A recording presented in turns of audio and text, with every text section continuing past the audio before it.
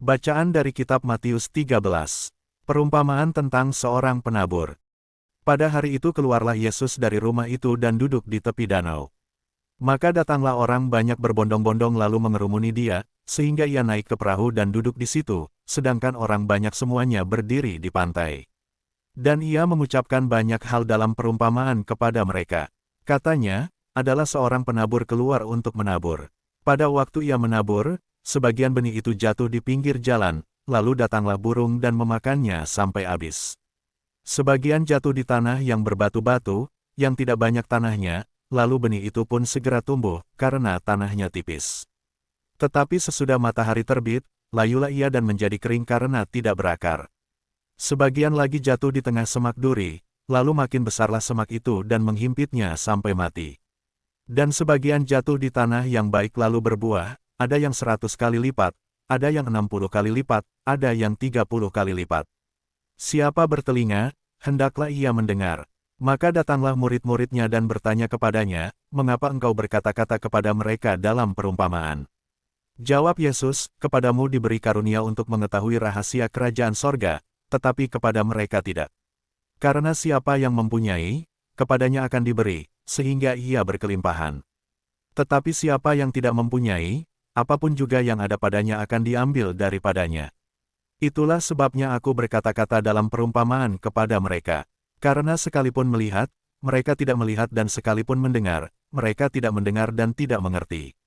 Maka pada mereka genaplah nubuat Yesaya, yang berbunyi, kamu akan mendengar dan mendengar, namun tidak mengerti, kamu akan melihat dan melihat, namun tidak menanggap. Sebab hati bangsa ini telah menebal, dan telinganya berat mendengar, dan matanya melekat tertutup. Supaya jangan mereka melihat dengan matanya dan mendengar dengan telinganya dan mengerti dengan hatinya, lalu berbalik sehingga aku menyembuhkan mereka. Tetapi berbahagialah matamu karena melihat dan telingamu karena mendengar. Sebab aku berkata kepadamu, sesungguhnya banyak nabi dan orang benar ingin melihat apa yang kamu lihat, tetapi tidak melihatnya, dan ingin mendengar apa yang kamu dengar, tetapi tidak mendengarnya. Karena itu, dengarlah arti perumpamaan penabur itu. Kepada setiap orang yang mendengar firman tentang kerajaan sorga, tetapi tidak mengertinya, datanglah si jahat dan merampas yang ditaburkan dalam hati orang itu. Itulah benih yang ditaburkan di pinggir jalan. Benih yang ditaburkan di tanah yang berbatu-batu ialah orang yang mendengar firman itu dan segera menerimanya dengan gembira. Tetapi ia tidak berakar dan tahan sebentar saja. Apabila datang penindasan atau penganiayaan karena firman itu, orang itu pun segera murtad. Yang ditaburkan di tengah semak duri ialah orang yang mendengar firman itu, lalu kekhawatiran dunia ini dan tipu daya kekayaan menghimpit firman itu sehingga tidak berbuah. Yang ditaburkan di tanah yang baik ialah orang yang mendengar firman itu dan mengerti, dan karena itu ia berbuah, ada yang 100 kali lipat, ada yang 60 kali lipat, ada yang 30 kali lipat. Perumpamaan tentang lalang di antara gandum. Yesus membentangkan suatu perumpamaan lain lagi kepada mereka, katanya, hal kerajaan sorga itu seumpama orang yang menaburkan benih yang baik di ladangnya. Tetapi pada waktu semua orang tidur, datanglah musuhnya menaburkan benih lalang di antara gandum itu, lalu pergi. Ketika gandum itu tumbuh dan mulai berbulir, nampak jugalah lalang itu. Maka datanglah hamba-hamba tuan ladang itu kepadanya dan berkata, Tuan, bukankah benih baik, yang Tuan taburkan di ladang Tuan? Dari manakah lalang itu? Jawab tuan itu, seorang musuh yang melakukannya. Lalu berkatalah hamba-hamba itu kepadanya, jadi maukah Tuan supaya kami pergi mencabut lalang itu? Tetapi ia berkata, jangan, sebab mungkin gandum itu ikut tercabut pada waktu kamu mencabut lalang itu. Biarkanlah keduanya tumbuh bersama sampai waktu menuai. Pada waktu itu aku akan berkata kepada para penuai, kumpulkanlah dahulu lalang itu dan ikatlah berberkas-berkas untuk dibakar. Kemudian kumpulkanlah gandum itu ke dalam lumbungku. Perumpamaan tentang biji sesawi dan ragi. Yesus membentangkan suatu perumpamaan lain lagi kepada mereka, katanya, hal kerajaan sorga itu seumpama biji sesawi, yang diambil dan ditaburkan orang di ladangnya. Memang biji itu yang paling kecil dari segala jenis benih, tetapi apabila sudah tumbuh, sesawi itu lebih besar daripada sayuran yang lain, bahkan menjadi pohon, sehingga burung-burung di udara datang bersarang pada cabang-cabangnya. Dan ia menceritakan perumpamaan ini juga kepada mereka, hal kerajaan sorga itu seumpama ragi yang diambil seorang perempuan dan diadukkan ke dalam tepung terigu 3 sukat sampai hamir seluruhnya. Semuanya itu disampaikan Yesus kepada orang banyak dalam perumpamaan, dan tanpa perumpamaan suatu pun tidak disampaikannya kepada mereka, supaya genaplah firman yang disampaikan oleh Nabi, "Aku mau membuka mulutku mengatakan perumpamaan, aku mau mengucapkan hal yang tersembunyi sejak dunia dijadikan." Penjelasan perumpamaan tentang lalang di antara gandum. Maka Yesus pun meninggalkan orang banyak itu, lalu pulang. Murid-muridnya datang dan berkata kepadanya, "Jelaskanlah kepada kami perumpamaan tentang lalang di ladang itu." Ia menjawab, katanya, "Orang yang menaburkan benih baik ialah anak manusia. Ladang ialah dunia, benih yang baik itu anak-anak kerajaan dan lalang anak-anak si jahat. Musuh yang menaburkan benih lalang ialah iblis. Waktu menuai ialah akhir zaman dan para penuai itu malaikat. Maka seperti lalang itu dikumpulkan dan dibakar dalam api, demikian juga pada akhir zaman. Anak manusia akan menyuruh malaikat-malaikatnya dan mereka akan mengumpulkan segala sesuatu yang menyesatkan dan semua orang yang melakukan kejahatan dari dalam kerajaannya. Semuanya akan dicampakkan ke dalam dapur api. Di sanalah akan terdapat ratapan dan kertakan gigi. Pada waktu itulah orang-orang benar akan bercahaya seperti matahari dalam kerajaan Bapa mereka.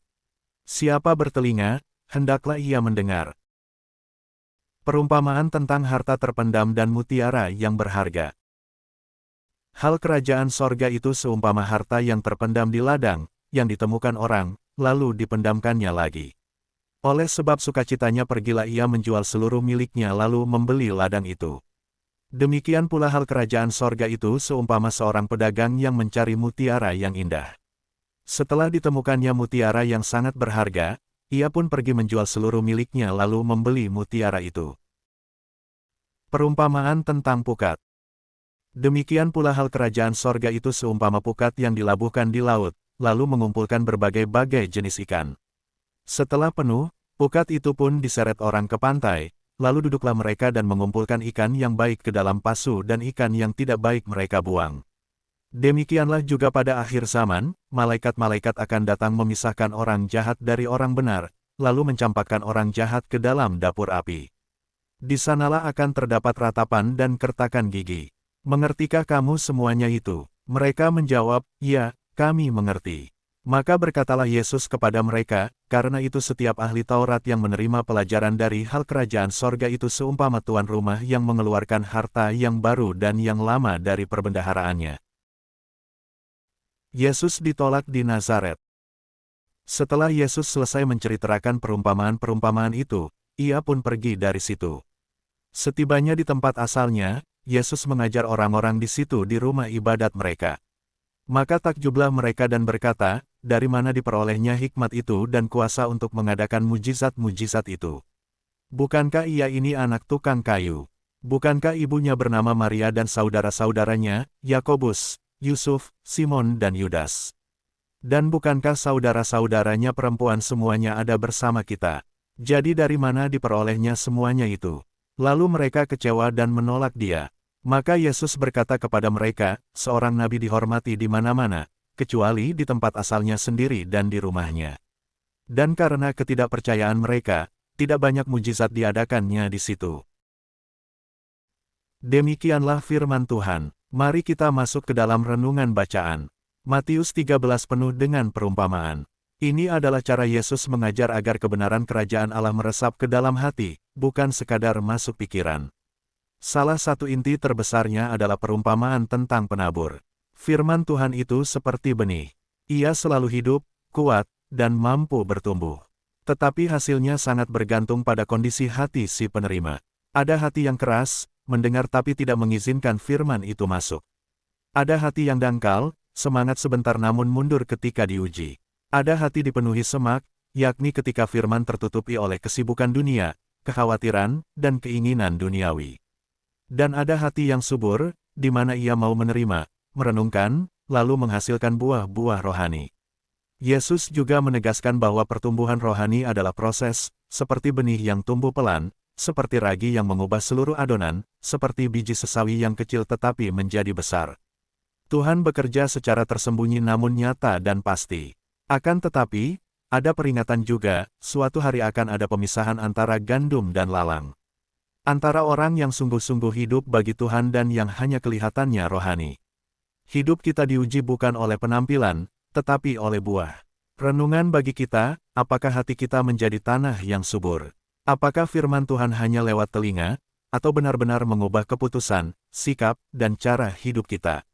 Kerajaan Allah bukan sekedar teori. Ia mau terus bertumbuh dalam kita dan melalui kita.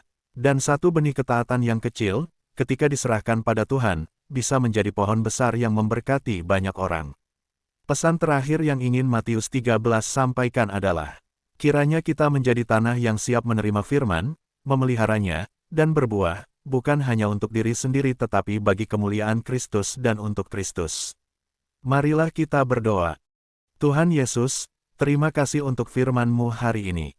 Jadikan hati kami seperti tanah yang subur, siap mendengar, menyimpan, dan melakukan kehendak-Mu. Buanglah kekerasan hati, kedangkalan, dan semak dunia yang menghambat pertumbuhan iman kami.